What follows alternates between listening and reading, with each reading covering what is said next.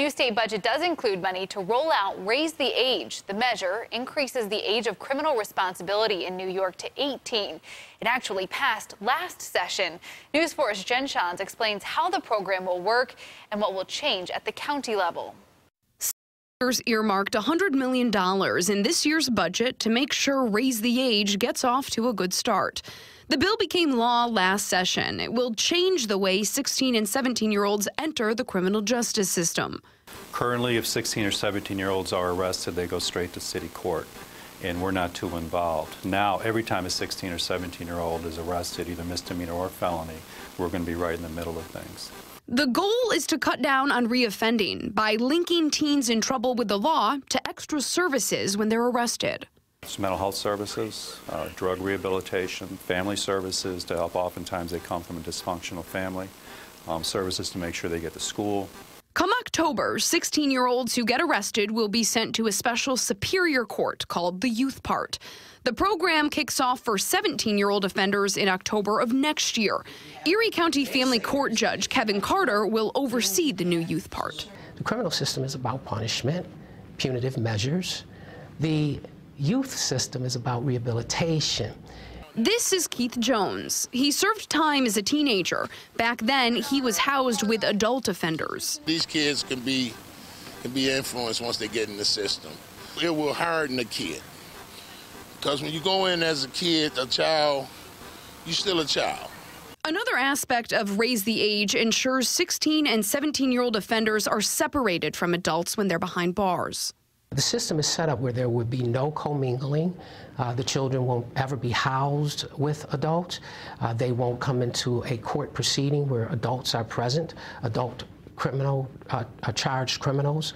The new law is going to put a burden on the county's probation department. Commissioner Brian McLaughlin anticipates they'll see an extra 1,000 youth offenders every year. It's a burden both he and Judge Carter think is worth taking on if it means fewer teens in trouble down the road. Reporting in Buffalo, Jen Shantz, News 4. A Buffalo bakery has been a staple in the Polish community for more than a century now. News 4's Kaylee Wendt traveled there today to hear the unique story. Mazereks Bakery sits in the Old First Ward, a region that's typically known for its Irish heritage. This time of year is home base for Polish rye bread. They have the rye bread that we have to have at our Easter table and the cross bread that we have to have. I mean, Wegmans is good. Okay, to plug for Wegmans. And Tops, yeah, they're good. But Mazereks is top of the list for bread. A staple on many Easter tables, the famous rye bread and the bakery have quite the history.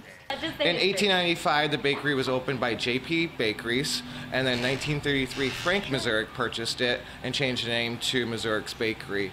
And then his son purchased it from him 15 years after that, and then 6 years ago, I purchased it from the Mazereks family.